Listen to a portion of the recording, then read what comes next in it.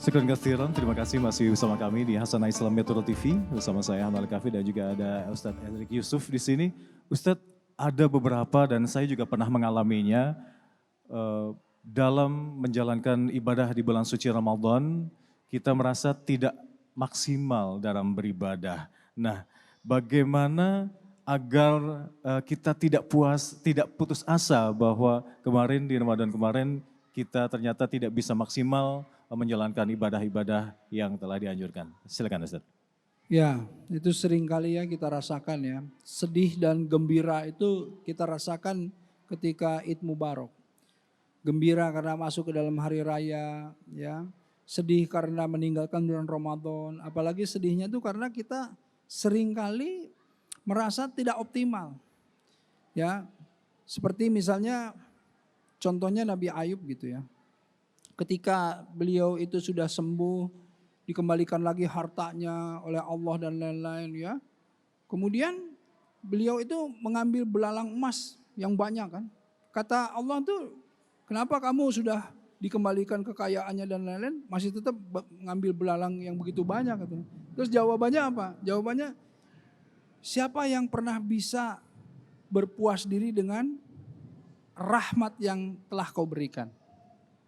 Jadi di bulan Ramadan padahal kita insya Allah ya amin. Kita sudah misalnya mendapatkan malam Lailatul Qadar misalnya. Khairun min alfi syahr, lebih baik dari 1000 bulan, bayangkan. Sholat kita akan dianggap 83 tahun lebih ya. Semua sodakoh kita dianggap 1000 bulan itu kan 83 tahun lebih Bu. Umur saja belum sampai, amalan sudah sampai kan gitu. Tetapi kita merasa terus saja belum optimal.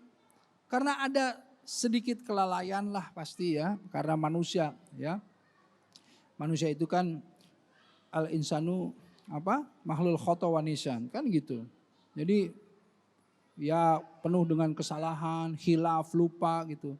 Nah, walaupun kita sudah optimal, hati-hati di bulan Ramadan ini, tetap saja merasa bahwa wah, belum optimal gitu. Karena tadi ada kelalaian. Yang kedua, tidak pernah kita itu bisa berpuas diri dari rahmat yang Allah berikan. Nggak bisa. Nah itu yang perasaan kita itu terbawa terus itu seperti itu.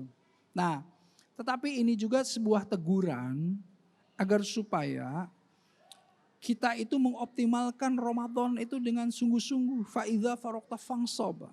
Kenapa? Karena banyak juga yang dari kita itu lalai, lengah.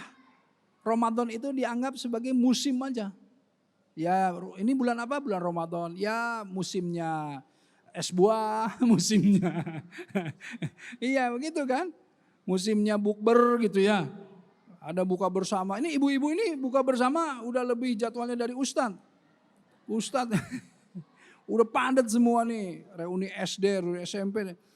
Nah ini harus hati-hati. Jangan sampai melalaikan kita. Yang seharusnya di bulan Ramadan ini kita ambil semua hidangan yang Allah berikan kepada kita. Jamuan Allah itu berupa apa? Berupa ibadah-ibadah yang insya Allah pahala-pahala berlimpah gitu loh. Itu. Lebih dari itu semua apa?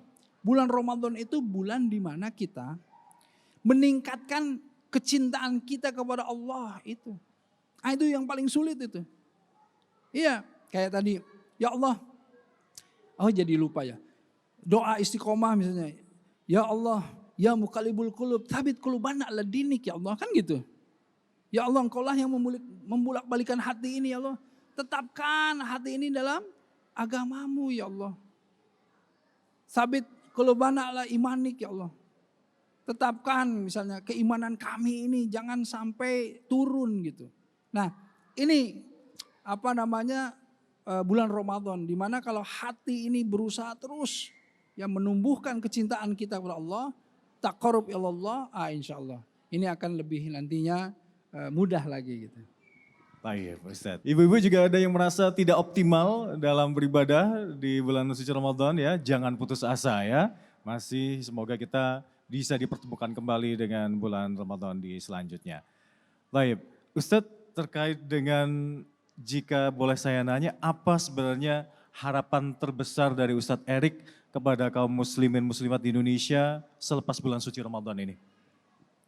Begini, insya Allah ya, kita itu kan tentu harapan semua itu bagaimana sebetulnya kita ini menjadi orang yang lebih baik. Rasulullah Shallallahu Alaihi Wasallam itu diutus itu inama bu'itsu liutamima makarimal akhlak. Bagaimana Rasul itu diutus untuk menyempurnakan akhlak. Karenanya kalau kita mau mensukseskan tugas Rasul diutus di muka bumi ini, kitalah yang harus kemudian berupaya keras menyempurnakan atau memperbaiki akhlak kita, betul nggak? Kalau kita mau disebut sebagai umat Rasulullah Shallallahu Alaihi Wasallam, perbaiki akhlak kita. Akhlak itu mencakup luas sekali. Mencakup adab, mencakup kebiasaan, perilaku, keseharian, semua ini. Karenanya cobalah. Jangan sampai kita mengotori ya bulan Ramadan atau di luar bulan Ramadan itu dengan sosmed-sosmed yang kemudian penuh dengan caci maki, penuh dengan namimah, adu domba, atau kemudian menghina orang dan lain-lain. Cobalah. Kita orang yang beradab, kita orang yang berakhlak baik, kita orang-orang yang mencontoh Rasulullah Shallallahu Alaihi Wasallam. Ayo perbaiki. Salah satu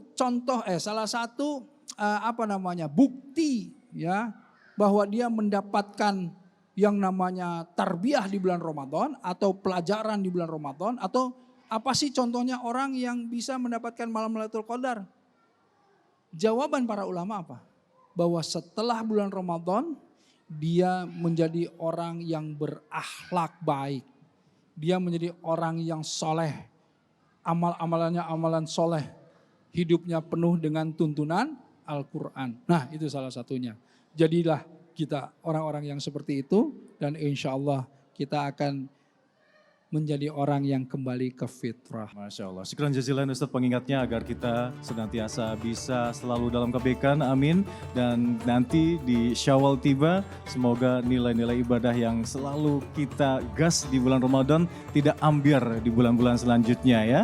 Semoga kita selalu dalam istiqomah, dalam kebaikan.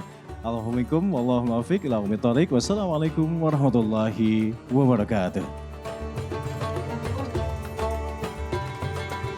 Jelajahi cara baru mendapatkan informasi. Download Metro TV Extend sekarang.